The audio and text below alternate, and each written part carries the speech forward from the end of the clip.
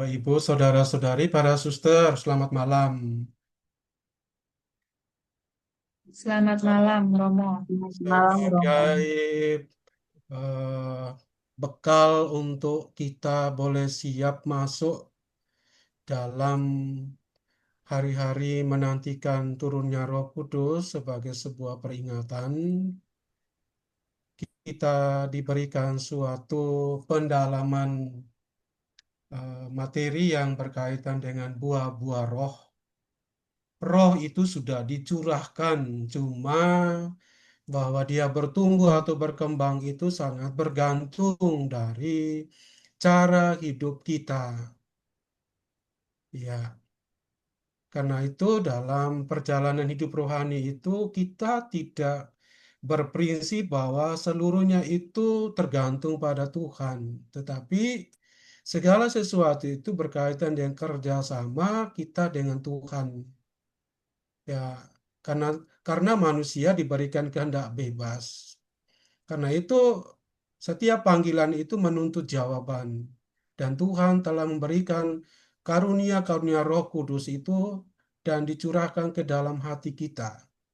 Bahwa dia bertumbuh dan berkembang itu sangat bergantung dari kemauan kita untuk menghidupkan buah-buah roh yang sudah dicurahkan.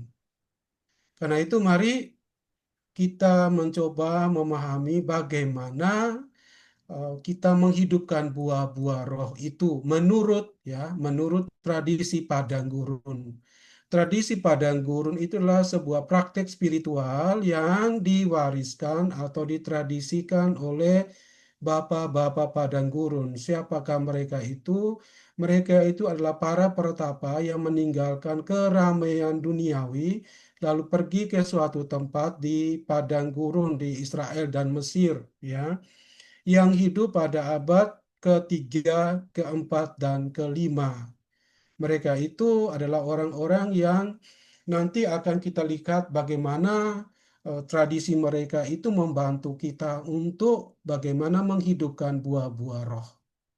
Mari kita lihat buah-buah roh itu dalam Galatia bab 5 ayat 22 sampai 23. Pertama adalah kasih, ya.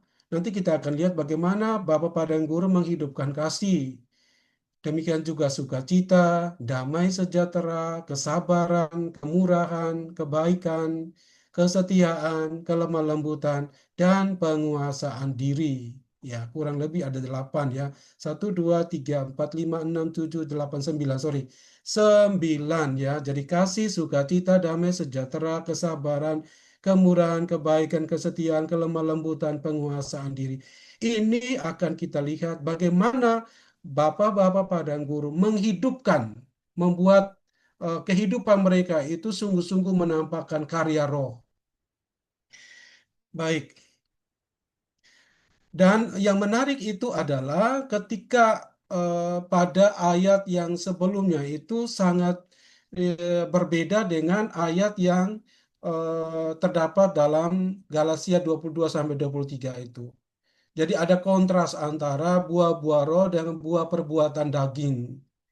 Jadi buah roh itu ada 9, buah dagingnya itu adalah perbuatan dagingnya itu adalah pertama percabulan, kecemaran, hawa nafsu, penyembahan berhala, sihir, perseteruan, perselisihan, iri hati, amarah, kepentingan diri sendiri, percideraan, roh pemecah, kedengkian, kemabukan, pesta pora, dan sebagainya. Karena ini merupakan hubungan sangat kontradiktif antara buah-buah roh dan perbuatan daging, maka yang menjadi cara berpikir yang logisnya itu adalah jika orang tidak menghidupkan buah-buah roh atau orang menutup karya roh di dalam dirinya, maka yang nampak adalah perbuatan daging, percabulan, kecemaran, dan sebagainya. Jika orang menghidupkan buah roh itu atau dalam tanda kutip bekerja sama menghidupkan roh yang sudah dicurahkan, maka akan nampak dalam buah-buah roh itu yang terdiri dari 9 buah roh itu, ya. Jadi ini sangat bergantung apakah kita mau mengikuti perbuatan daging atau mau supaya roh yang sudah dicurahkan itu hidup dalam kedagingan kita sehingga kita tidak lagi dikuasai oleh perbuatan daging. Semuanya itu sangat bergantung dari praktek latihan rohani yang tidak hanya dijadwalkan sebulan sekali, tetapi sebulan sekali atau seminggu sekali, tapi dia itu terintegrasi atau meresap nyatu dengan kehidupan kita setiap hari. Nanti kita akan melihat bagaimana sih mereka menghayati itu. Tetapi saya mau mengatakan pada bagian awal ini bahwa Santo Antonius Abbas ya, seorang Abbas Antonius, dia mengatakan begini, jika orang sudah tekun dan berhasil dalam hidup hening dan doa, maka dia sudah menang terhadap tiga peperangan. Satu, peperangan terhadap mata. Dua, peperangan terhadap telinga. Tiga, peperangan terhadap mulut. Artinya apa? Kalau orang aktif, giat, dan tekun dalam hidup doa dan keheningan, maka dia akan luput dari dosa-dosa yang diakibatkan oleh mata. Ya, mata itu bisa membawa kepada percabulan, kecemasan, hawa nafsu. Mulut itu bisa memunculkan perseteruan, perselisihan, iri hati, amarah, ya, dan sebagainya. Ya. Kemudian telinga itu juga akan menunjukkan, membuat orang jatuh ke dalam pesta pora dan sebagainya. Jadi kalau orang menang atas mulut, telinga, dan matanya itu, maka dia akan siap untuk apa? Perang yang terakhir menurut Santo Antonius Abbas itu adalah melawan dirinya sendiri. Ya, melawan dirinya sendiri. Jadi, kalau orang tekun dalam hidup doa dan keheningan, maka sesungguhnya dia sudah menang atas dosa-dosa yang diakibatkan oleh perbuatan melihat, mendengar, dan berbicara. Sehingga orang siap untuk melawan dirinya sendiri. Karena itu dalam banyak renungan dalam Alkitab itu dikatakan musuh yang paling menyerang kita itu adalah musuh melawan diri kita sendiri. Jadi musuh itu bukan berada di luar, tapi berada di dalam diri kita sendiri. Ya, baik. Itu sebagai pengantar. Lah, dikatakan itu buah-buah roh dalam bahasa Yunani itu disebut dengan karpos. Ya, 9 kualitas tersebut bukanlah 9 buah terpisah. Jadi bukan buah yang terpisah, ya. Satu dengan yang lainnya terpisah. Melainkan satu buah dengan 9 aspek yang berbeda. Jadi satu kesatuan. Satu buah, tetapi kalau saya sederhanakan itu terdiri dari 9 rasa. Jadi kalau orang makan buah roh, maka rasanya adalah sukacita, damai, penguasaan diri, dan sebagainya. Jadi roh itu satu, tetapi rasanya itu berbeda, nampaknya itu. Ya, baik.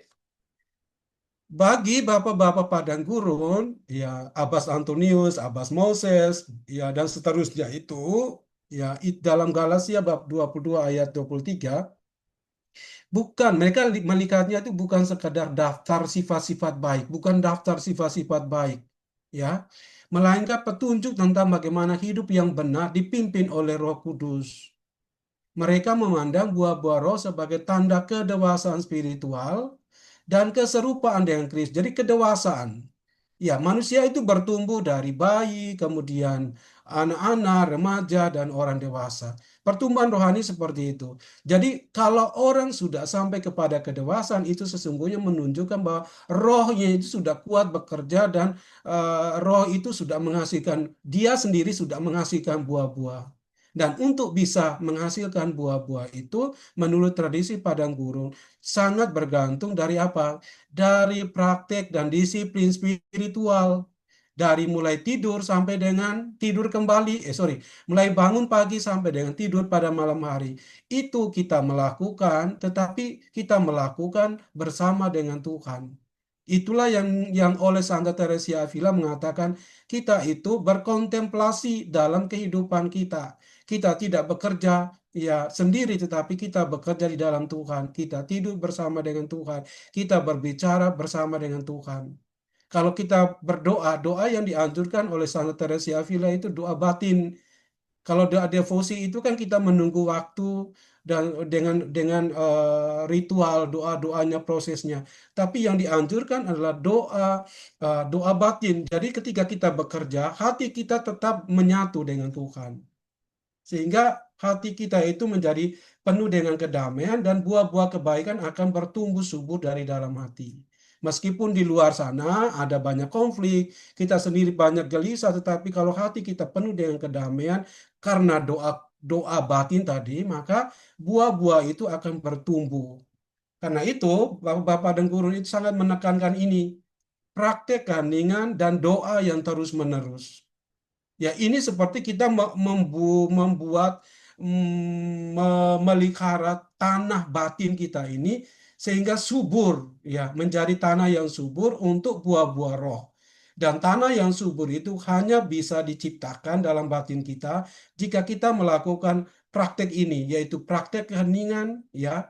Ketika bekerja orang harus hening, jangan bicara banyak, jangan terlalu banyak mendengar, fokus dengan pekerjaan kita. Itu praktek keheningan. Kemudian dalam bekerja kita juga berdoa dengan terus-menerus. Doa yang dianjurkan oleh Bapak dan Guru itu adalah doa pendek, doa singkat yang diulang terus-menerus sehingga hidup kita itu dikuasai oleh doa-doa kita.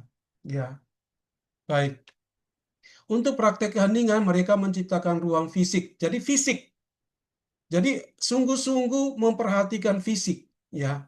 Ngomongnya harus lembut, tidak keras-keras, tidak marah dan sebagainya. Ya, jadi fisiknya dijaga. Mereka sering mencari tempat-tempat yang sunyi, sepi, supaya mereka bisa fokus,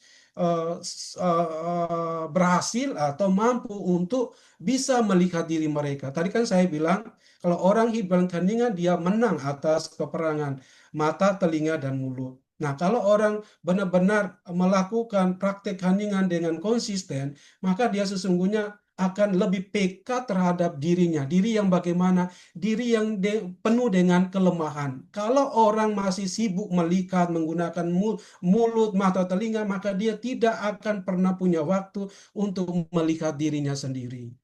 Ya. Karena itu praktek keheningan itu merupakan kunci di mana kita masuk ke dalam diri kita, menata diri kita, mengenal dan menata diri kita. Karena itu Abbas Arsenius mengatakan, saya sering menyesal karena berbicara, tetapi tidak pernah karena berdiam diri. Jadi ini sesungguhnya mau mengatakan bahwa kalau orang berbicara itu selalu membawa kepada penyesalan, salah ucap, menyakitkan orang dan sebagainya. Ya, itu praktek keheningan. Lalu yang berikutnya doa yang terus-menerus. Jadi doa tidak hanya dibagi dalam waktu-waktu tertentu saja, tapi seluruh hidup dari bangun pagi sampai dengan tidur itu adalah waktu kita berdoa. Ini menyinggung soal doa batin. Doa batin yang tidak membutuhkan banyak kata-kata, tetapi merupakan suatu disposisi batin bahwa kalau saya bekerja bersama dengan Tuhan. Jadi suatu kesadaran dan kita itu hadir, bertemu dan berjumpa dengan Tuhan dalam kesibukan kita. Hati kita menjadi damai dan sebagainya. Itulah praktik doa yang terus-menerus. Mungkin saya berikan contoh, misalnya, kalau kita sedang lagi marah kepada orang, doa yang terus-menerus itu adalah Tuhan, tolong, berilah ketenangan kepadaku. Tarik napas panjang, hembuskan, Tuhan, tolong, lembutkan hatiku, dan seterusnya. Seperti itu. Jadi, seluruh doa itu diucapkan di saat kita mengalami segala sesuatu itu, apapun pengalamannya. Ya, itu doa yang terus-menerus. Jadi doa yang terus-menerus adalah doa-doa pendek dan doa singkat, ya. Seperti yang dikatakan dalam 1 Tesalonika bab 5 ayat 17, berdoa tanpa henti. Itu berarti berdoa dengan hati. Ya, berdoa dengan hati. Nah, sekarang coba kita lihat, kan dari 9 buah roh itu, bagaimana Bapak Padang Guru menghayatinya. Kita mulai dari buah yang pertama, yaitu kasih. Nah, mereka menghidupkan kasih itu dalam kehidupan di padang gurun, ya. Nah, langkah-langkah konkret untuk menumbuhkan kasih dalam tradisi padang gurun meliputi satu. Oke, saya mau menyampaikan supaya kita tidak salah paham. Nanti kita menyimpulkan, oh ini kan orang di padang gurun, suatu pilihan hidup yang berbeda dengan orang yang sibuk seperti kita.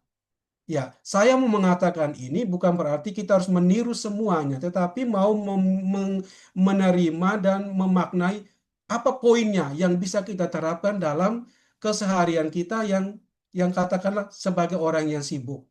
Ya, baik. Jadi kita ambil poinnya, bukan bentuknya, ya, bentuknya. Kita ambil spiritnya, semangatnya. Baik, apa yang mereka lakukan? Yang pertama, melawan kecenderungan untuk mengutamakan diri sendiri melalui praktik-praktik seperti puasa dan pantang. Nah, orang yang kalau mau bertumbuh dalam hidup kasih, dia harus tekun dalam puasa dan pantang. Dua, doa yang terus-menerus. Ya, semakin dia berdoa, dia semakin merasakan kasih Tuhan, maka kasih yang dia terima dari Tuhan itu dapat dia salurkan. Dia menjadi saluran kasih Tuhan bagi orang lain. Tapi kalau dia tidak pernah mengalami kasih dari Tuhan, alias dia menjauhkan dari doa, maka dia tidak akan pernah menjadi saluran kasih Tuhan.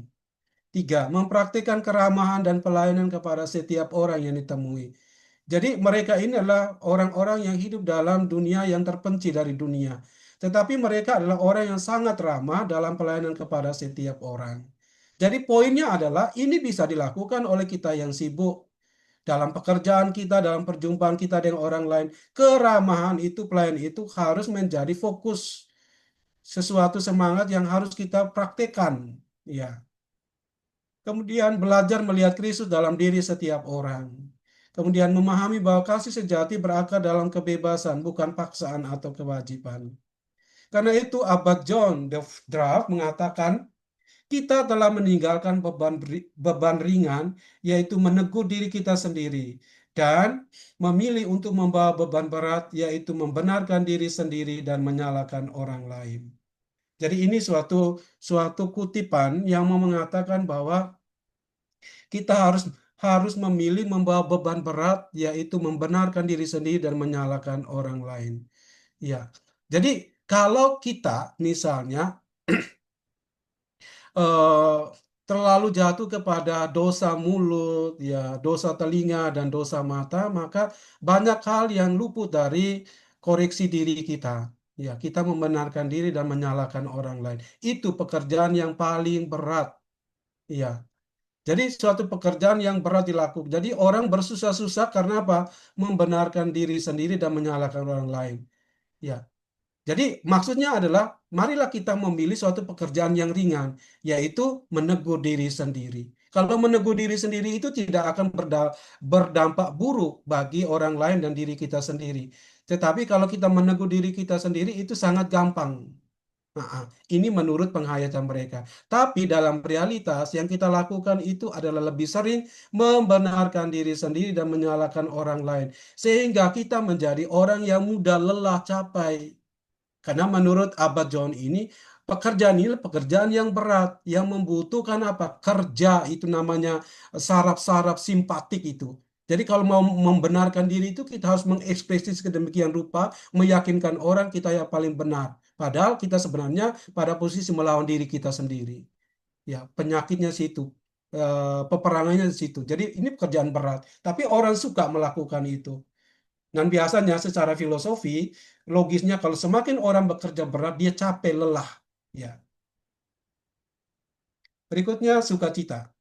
Langkah-langkah konkret untuk menumbuhkan sukacita menurut tradisi Padang Gurun antara lain satu, melepaskan kemelekatan terhadap hal-hal duniawi melalui praktek kesederhanaan hidup. Ini bisa kita lakukan, misalnya, biasa selalu dikenal dengan kalau beli satu, keluarkan satu. Kalau beli pakaian yang baru, pakaian yang lama dikeluarkan dari lemari lalu dipersembahkan kepada orang lain. Ini akan menumbuhkan kita tidak terjebak dalam kemelekatan, terikat pada barang-barang duniawi. Ya, kalau semakin orang mengikat dirinya barang-barang duniawi, maka dia semakin berat memikul, ya, memikul. Maka dia menjadi mudah capek, mudah lelah secara spiritual. Maka sukacita itu akan lari dari orang-orang yang yang susah untuk melepaskan segala sesuatu. Yang kedua, mengembangkan disiplin bersyukur dalam segala sesuatu, bahkan yang sulit sekalipun. Bersyukur dengan apa yang dialami. Kalau terima satu, bersyukur. Kalau terima dua, bersyukur. Jangan membanding-bandingkan. Ini praktek yang dilakukan oleh bapak-bapak padang gurun. Mereka hidup dalam kesederhanaan, makan secukupnya, asal hati mereka damai. Ya. Yang ketiga, memusatkan pikiran pada hal-hal yang baik dan benar melalui meditasi atas kitab suci. Jadi mereka menumbuhkan sukacita itu melalui bagaimana mereka melatih pikiran-pikiran yang membuat mereka tidak memikirkan duniawi, tetapi memikirkan perkara-perkara surgawi. Ya. Kemudian membagikan berkat dan kebaikan kepada orang lain, menemukan sukacita dalam kepatuhan kepada kehendak Allah. Abba Makarius Agung mengajarkan begini, sukacita yang sejati bukan berasal dari dunia, tetapi memancar dari dalam hati yang telah dibersihkan. Nah, itu jadi hubungannya sangat jelas seperti yang saya katakan tadi. Kalau hati kita masih memiliki ikatan-ikatan duniawi, kita akan susah untuk mengalami sukacita. Karena sukacita yang diberikan oleh dunia atau yang kita andaikan ada di dalam yang kita miliki, maka kita akan tidak pernah mengalami sukacita yang Tuhan berikan. Karena itu seperti gelas yang diisi dengan air yang penuh, tidak akan lagi diisi dengan sesuatu yang lebih lebih membuat kita bahagia lagi. Karena hati kita sudah dipenuhi dengan hal-hal duniawi. Maka untuk mencapai sukacita itu adalah kita menggunakan segala sesuatu sebagai alat sarana saja, bukan sebagai tujuan. Oke. Yang ketiga, damai. Pertama, menciptakan ruang dan waktu untuk keheningan dalam kehidupan sehari-hari, bahkan jika hal itu hanya beberapa saat. Misalnya di kereta, kita bisa hening, berdoa, hening. Jadi hening itu merupakan eh, waktu yang dimana kita bisa berjumpa dengan Tuhan. Karena Santo Yohanes Salib, seingat saya, dia mengatakan Tuhan Allah itu adalah keheningan itu sendiri. Ketika kita hening, hidup dalam keheningan, itu sama dengan alone with the alone. Kita sendiri dengan sang sendiri. Jadi kita bersua muka, bertatap muka dengan sang sendiri, yaitu Tuhan sendiri. Jadi kalau kita misalnya hidup berjalan dalam kelompok, kita cenderung untuk rame-rame, oke, karena itu membutuhkan suatu kehangatan. Tapi ketika pembicaraan kita sudah selesai dan seterusnya, mari kita menciptakan keheningan batin. Di saat itu, ketika kita bersama orang lain. Itu praktek yang harus benar-benar dilakukan secara konsisten setiap hari. Karena itu Abah Moses mengajarkan, pergilah ke selmu dan selmu akan mengajarimu segalanya. Apa itu sel? Sel itu adalah hati kita. Tuhan Yesus mengatakan, apabila kamu berdoa, ya, apa istilahnya, masuklah ke dalam kamarmu, bukalah pintu, masuklah ke dalam kamarmu, tutuplah pintu dan berdoalah kepada Bapamu. Itulah sel. Ya, jadi orang harus memiliki hati yang hening.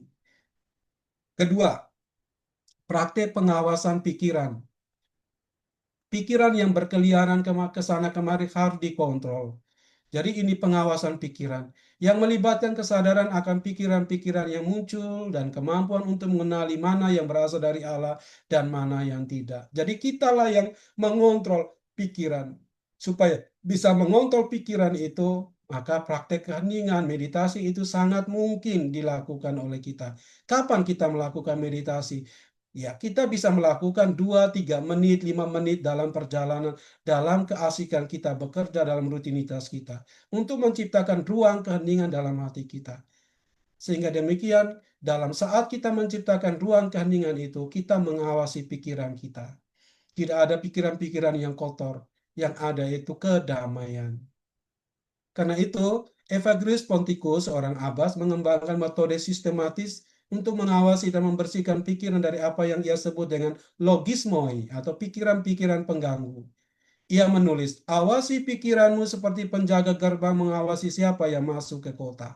Jadi kita inilah penjaga pintu. Kita pernah melihat ada gambar Yesus yang mengetuk pintu. Jadi pintu itu adalah lambang dari diri kita sendiri.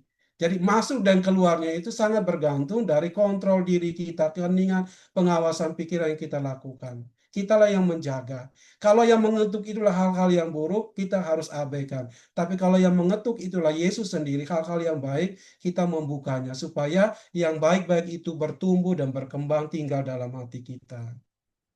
Yang berikut, damai sejahtera. Oh ya, ketiga, melatih doa yang terus-menerus sebagai cara untuk menjaga pikiran tetap terpusat pada Allah. Contohnya doa Yesus. Tuhan Yesus Kristus anak Allah, kasihanilah aku orang berdosa ini. Tariklah napas, menyebut Tuhan Yesus. Hembuskan napas, ya anak Allah kasihanilah aku. Atau lebih pendeknya Tuhan, tarik nafas, hembuskan napas Yesus. Diulang-ulang itu menjadi bagian dari diri kita sehingga tanpa kita sadari, nafas kita itu merupakan kesatuan antara pikiran penyatuan Yesus dengan diri kita sendiri. Jadi ada satu kesatuan antara yang ilahi dan diri kita yang masih hidup di dunia ini. Karena itu, Abah Ishak mengajarkan begini, biarkan ingatan akan Allah menyatu dengan nafasmu, maka kamu akan memahami manfaat keheningan. Jadi, perjalanan hidup seseorang, kemajuan hidup doa seseorang itu terjadi ketika ingatannya akan Tuhan, imajinasinya akan Tuhan. Yesus yang mengatakan apa, kalimat-kalimatnya apa itu sudah menyatu dengan nafasnya, jadi sudah otomatis.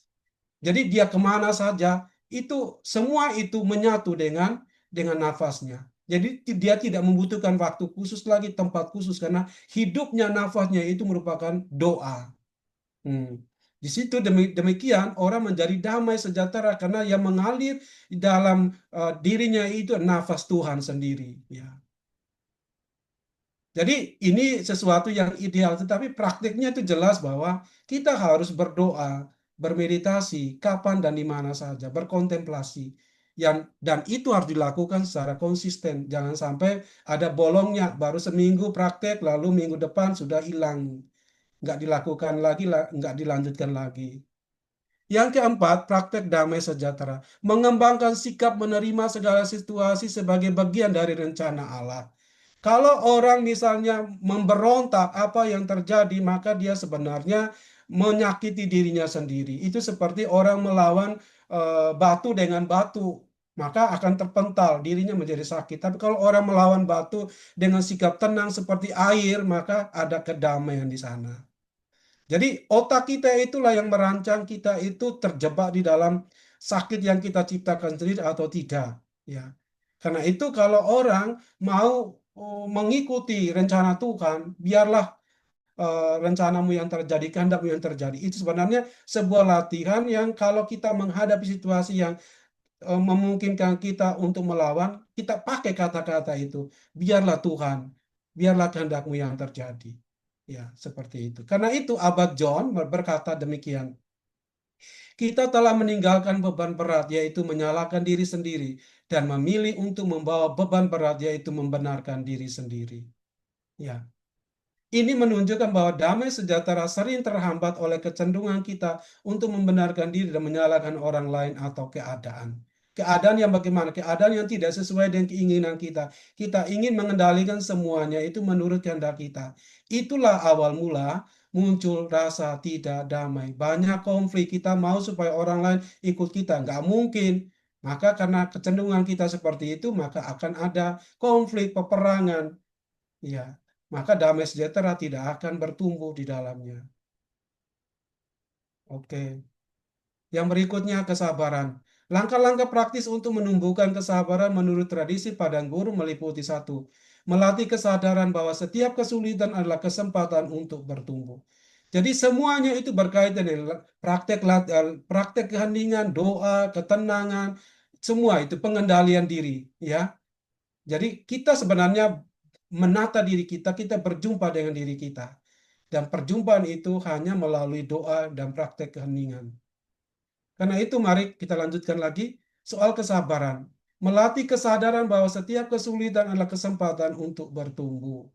Ya, banyak orang tidak sabar menghadapi segala sesuatu, kekurangan orang lain, problem dan seterusnya. Padahal kesabaran itu merupakan dilihat oleh Bapak dan Guru itu sebagai kesempatan untuk bertumbuh. Iya. Santo Yohanes Salib mengajarkan tentang malam gelap. Ketika kita tidak lagi menikmati buah-buah dari kesenangan, kenikmatan dari buah-buah roh, sorry, dari praktek rohani, kita diminta untuk terus melakukan. Ya, ini mau menguji kesabaran kita. Misalnya ketika kita berdoa, hati kita itu sepertinya tidak berdoa. Itu adalah suatu pengalaman padang gurun, pengalaman malam gelap. Dan Yohanes Salib menganjurkan supaya kita tetap melakukan. Karena di sana dalam doa pun orang diuji dalam hal kesabaran. Yang kedua, mengembangkan doa singkat yang dapat diulang-ulang saat menghadapi kesulitan, seperti Tuhan tolonglah aku atau Tuhan berilah aku kesabaran. Ya.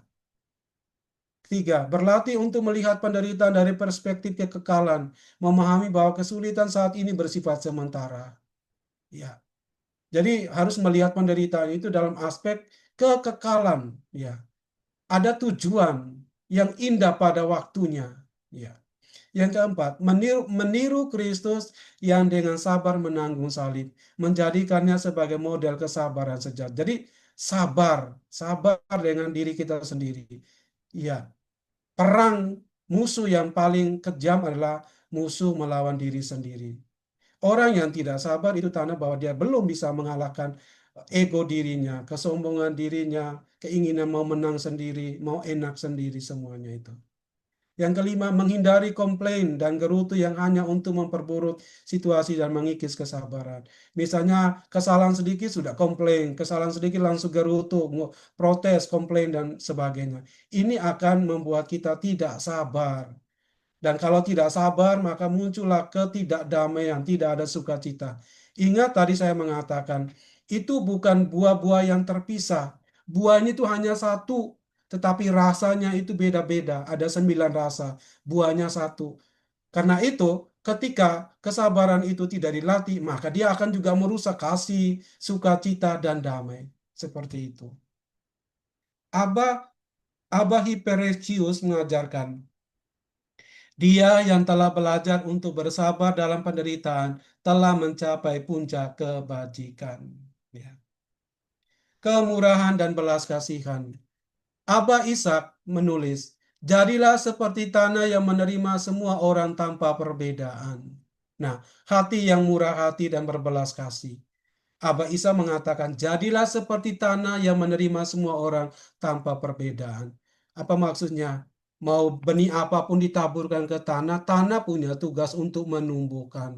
Artinya apa? Kalau tak benih itu adalah semua orang, orang miskin, orang kaya, anak-anak, orang dewasa, orang tua, itu semua merupakan ya ladang di mana saya harus memberikan kasih dan kemurahan, berbelas kasih kepada mereka yang tidak punya, yang miskin dan sebagainya. Nah, nah ini kemurahan ini baru bisa bertumbuh kalau kita melihat dengan buah roh yang lain menjadi satu kesatuan. Orang yang murah hati adalah orang yang bersabar. Orang yang murah hati adalah orang yang memiliki kedamaian. Mengapa? Dia sudah mengalahkan dunianya, mengalahkan hal-hal yang bersifat duniawi, sehingga dia menjadi tidak memperhitungkan lagi untung dan rugi, maka dia menjadi orang yang murah hati. Dia memberi sesuatu, tapi dia tidak memikirkan itu rugi atau untung untuk dirinya. Ya, karena bagi dia hal-hal duniawi dia tidak cari. Yang dia cari adalah kedamaian dan sukacita dalam Tuhan. Yang kedua, Abah Agaton dikenal karena kebiasaannya menukar barang-barangnya dengan barang-barang yang lebih buruk jika ia melihat seseorang yang membutuhkan. Ia berkata, jika aku menemukan sesuatu yang berguna, aku akan menukarnya dengan sesuatu yang kurang berguna, agar aku dapat memberikan yang terbaik kepada saudaraku. Jadi tukar, ya, tukar barang yang bagus dengan barang yang tidak bagus. Supaya apa? Dia melatih kemurahan dan belas kasihannya seperti apa. Ya. Nah, ini adalah sebuah praktek, bukan hanya sekedar teori, tapi sungguh-sungguh mereka lakukan. Kemurahan yang ketiga dari kemurahan dan belas kasih. Abah Moses yang sebelumnya adalah seorang perampok, ya, sebelum bertobat dan menjadi pertapa mengajarkan, jika kita menutupi kesalahan saudara kita, Allah akan menutupi kesalahan kita. Jika kita mengekspos kesalahan saudara kita, Allah akan mengekspos kesalahan kita juga. Ini menunjukkan belas kasihan dan kemurahan. Hati yang murah, ya, orang yang murah hati adalah orang yang tidak menyimpan kesalahan sesama, mengampuni. Ya. Yang keempat, Abah Antoni mengajarkan, aku melihat semua jerat iblis dibentangkan di atas bumi, dan aku mengeluh, siapa yang dapat lolos dari semua ini? Kemudian aku mendengar suara berkata, kerendahan hati. Ya. Orang yang rendah hati adalah orang yang tidak memperkarakan orang lain. Orang yang selalu berdamai dengan orang lain. Orang yang selalu tidak memperhitungkan kesalahan-kesalahan orang lain. Ya. Langkah-langkah konkret untuk menumbuhkan kemurahan dan belas kasihan menurut tradisi Padang Gurun meliputi satu, berlatih untuk melihat Kristus dalam diri setiap orang yang kita temui. Ya, ini semangat kontemplasi. Merasakan seperti yang Yesus rasakan, melihat orang lain seperti Yesus yang melihat, berempati kepada orang lain seperti Yesus yang berempati. Jadi itu. Bukan lagi aku hidup, melainkan Kristus yang hidup di dalam aku. Itu kedewasaan hidup rohani. Yang kedua, secara sadar menahan diri dari menghakimi orang lain, mengingat kelemahan kita sendiri. Jadi eh, tidak menghakimi orang lain, karena kita pun pernah melakukan hal yang sama. Tiga, mengembangkan kebiasaan berbagi bahkan dari kekurangan kita. Ya. Empat, berdoa bagi mereka yang telah menyakiti kita. Lima, mengenali bahwa kemurahan dan belas kasihan adalah anugerah ilahi yang harus kita minta dalam doa. Karena itu Abba Pambo menulis, jangan biarkan matahari terbenam atas kemarahanmu dan jangan biarkan matahari terbenam atas dosa saudaramu terhadapmu. Ya, kebaikan dalam tindakan sehari-hari. Langkah-langkahnya. Mulai hari dengan niat untuk melakukan setidaknya satu tindakan kebaikan. Dua, melatih untuk melihat kebutuhan orang lain dan meresponnya tanpa diminta. Ketiga, melakukan tindakan-tindakan kebaikan kecil secara konsisten daripada menunggu kesempatan untuk melakukan tindakan kebaikan besar. Empat, melawan godaan untuk membalas kejahatan dengan kejahatan dan sebaliknya membalas dengan kebaikan. Lima, berdoa meminta kemampuan untuk melihat orang lain sebagaimana Allah melihat mereka. Abba Zeno berkata, orang yang benar-benar baik tidak perlu berpikir untuk berbuat baik. Kebaikan mengalir dari dirinya seperti nafas. Ya. Kesetiaan. Ya. Langkah-langkah konkret untuk menumbuhkan kesetiaan menurut tradisi Padang Gurun meliputi satu, menetapkan aturan hidup rule of life yang sederhana namun konsisten dan kok berkomitmen untuk menaatinya. Ya, kesetiaan. Kalau kita mau praktik dalam hidup perkawinan itu jelas sekali kesetiaan.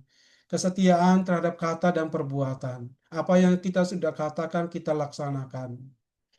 Dua, berlatih memulai lagi setiap kali gagal tanpa tenggelam dalam rasa bersalah atau putus asa.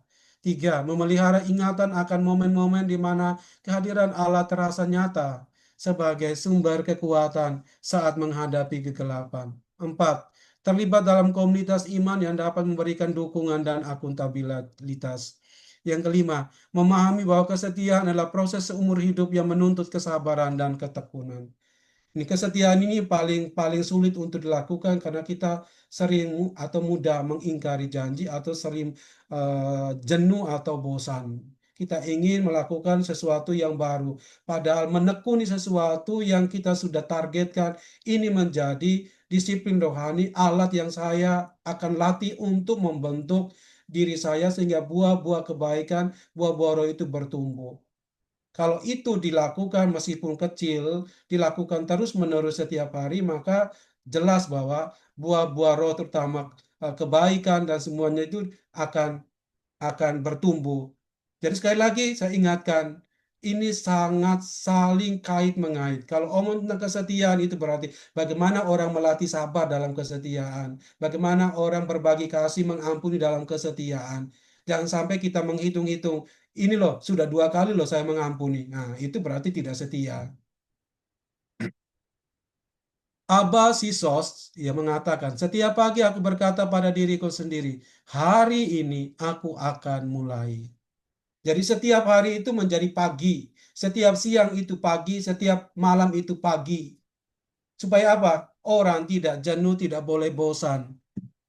Karena orang diuji dalam kesetiaan.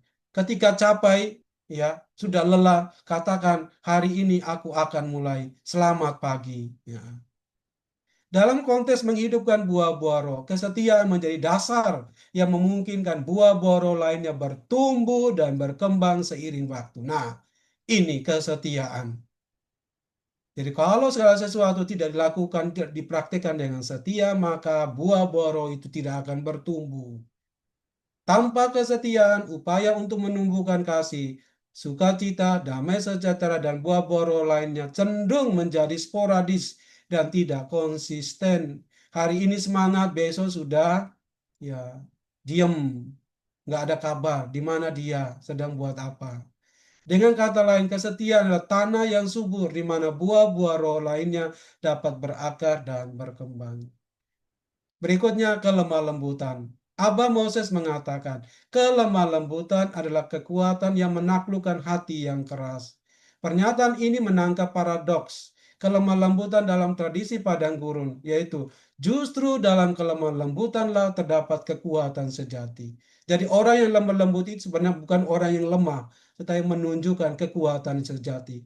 Misalnya ketika menghadapi orang yang keras kepala, orang yang suka berkata-kata kasar, kelemah lembutan itu menjadi kekuatan untuk mengalahkan, meredakan amarah orang dan sebagainya. Itu berarti seperti Daud dan Goliat, ya. Satunya menggunakan pedang, satunya menggunakan ya katapel. Ini mencerminkan ajaran Yesus bahwa orang yang lemah lembut akan mewarisi bumi. Matius bab 5 ayat 5. Bapak-bapak padang gurun memahami bahwa kelemah lembutan memiliki kekuatan transformatif yang tidak dimiliki oleh kekerasan dan dominasi. Orang yang berwatak keras, orang yang mau mendominasi itu tanda bahwa dia tidak memiliki hati yang lemah lembut. Dia menggunakan kekuatan fisiknya untuk mengalahkan musuh-musuhnya. Padahal Kristus mengajarkan kelemah lembutan. Itulah yang menjadi kekuatan yang mengalahkan kekerasan apapun. Karena itu praktik-praktiknya pertama, berlatih kesadaran diri, terutama mengenali tanda-tanda awal amarah dalam diri. Ya, jadi saya dalam kelompok yang lain saya mengajar tentang marah dalam 4 kali pertemuan. Dan memang untuk bisa menciptakan rasa damai dan sukacita itu pertama orang harus mengendalikan diri dari rasa marah. Ya, dalam Efesus dikatakan eh, hendaklah kamu cepat untuk ya apa hening ya, ya mendengarkan, sorry, cepat untuk mendengarkan, tapi lambat untuk berbicara dan lambat untuk marah. Dan latihan untuk supaya tidak marah itu ya banyak sekali prosesnya. Ya. Dua, mengembangkan praktik diam sejenak sebelum merespons situasi yang provokatif. Jadi ada jedanya, diam. Ketika kita menghadapi hati kita yang berontak, hati kita yang mau yang marah, yang mau kita ungkapkan secara eksplosif diarahkan kepada orang lain. Mari memilih sikap diam dulu. Jangan langsung respon, jangan reaktif, diam diri supaya tidak jatuh ke dalam dosa kemarahan. Sehingga kalau kita diam, di sana akan nampak kita berdamai dengan diri kita, kita menenangkan ego diri kita, sehingga kedamaian kita keluarkan ketika kita menghadapkan diri kita atau dihadapkan dengan kekerasan yang berasal dari orang lain. Berikutnya, melatih logika batin yang memungkinkan seseorang untuk melihat situasi dari perspektif orang lain. Jadi logika batin, jangan logika pikiran. Kalau logika pikiran, akal budi itu selalu mengatakan salah dan benar. Kamu yang salah, saya yang benar. Mengapa kamu salah, mengapa saya benar? Kita berlogika secara akal budi. Tetapi yang dianjurkan oleh Bapak dan Guru adalah kita melatih logika batin. Ketika kita mengatakan orang lain salah dengan menuduh dia, sebenarnya kita menyakiti diri kita sendiri. Batin kita itu, ketika kita mengatakan orang lain salah, kita sedang memperkara diri kita sendiri. Kita telah menyakiti diri kita dan hidup kita tidak di tidak berada dalam kedamaian dan sukacita. Kita merusak kedamaian itu dalam diri kita karena kita menggunakan logika pikiran. Secara sadar memilih untuk tidak membalas ketika diserang atau dikritik. Diam. Kemudian yang kelima, mempelajari kitab suci tentang kelemah lembutan Kristus sebagai model untuk ditiru. Itu praktik-praktik yang dilakukan. Karena itu Abbas Heperesius mengajarkan, kelemah lembutan melindungi pertapa dari amarah, dari setan, dari lidah yang tajam. Ini adalah jubah para rasul yang dengannya mereka menaklukkan dunia. Nah, yang terakhir ya, penguasaan diri. Ya, buah yang terakhir. Pengawasan terhadap pikiran dan keinginan menjadi aspek penting dari penguasaan diri dalam tradisi padang gurun. Jadi, penguasaan diri itu orang yang tidak terjebak oleh apa? Pikiran dan keinginan. Ya. Evagrius Ponticus mengembangkan strategi yang komprehensif untuk melawan apa yang ia sebut dengan 8 pikiran jahat yang kemudian berkembang menjadi 7 dosa mematikan dalam tradisi Barat. 7 dosa itu antara lain marah dan sebagainya. Yaitu kerakusan, percabulan, keserakahan, kesedihan, kemarahan, kemalasan spiritual, kesombongan, dan keangkuhan.